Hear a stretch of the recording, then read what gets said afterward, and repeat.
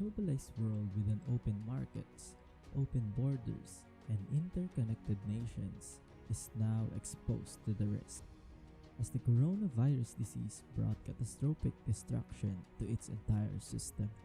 As far as countries are going to a widespread lockdown, it is clear that this has a big impact to the global economy.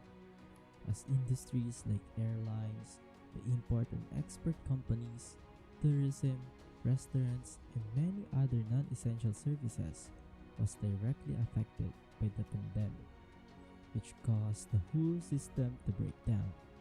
But according to some economists, this is not just an impact on the movement of goods or to the movement of services, but rather obviously have an effect on the movement of people.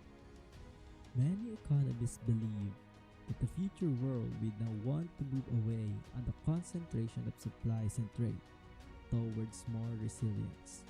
This pandemic will change the way people think about the global value chains. In the early days of pandemic, the world suddenly became aware of how dependent we are on China in terms of goods and services such as parts and components, medical equipments, antibiotics, or ingredients for medication, and many other products. In the current pandemic, we are seeing a sudden massive push on many services being able to go remotely and digitally, just to ensure that their business will regain the huge loss. Many companies also able to adapt to working from home, a new pattern that seems to be forming as part of our new reality. But we cannot deny that there are many industries that can't switch to digital platform like this and continue functioning. Health experts have said that it could take many months before we start seeing signs of change. But hopefully, they will come up with the vaccine as soon as possible, because as soon as they get it, the faster the economy can start recovering.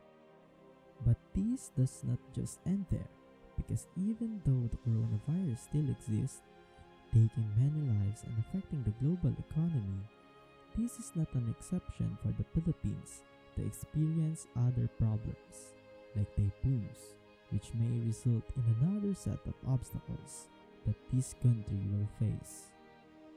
As a multimedia art student, I could help in this time of crisis by doing what the other artists did, like being part of an art for a cause movement, so that in such a small way, I could help other people in need.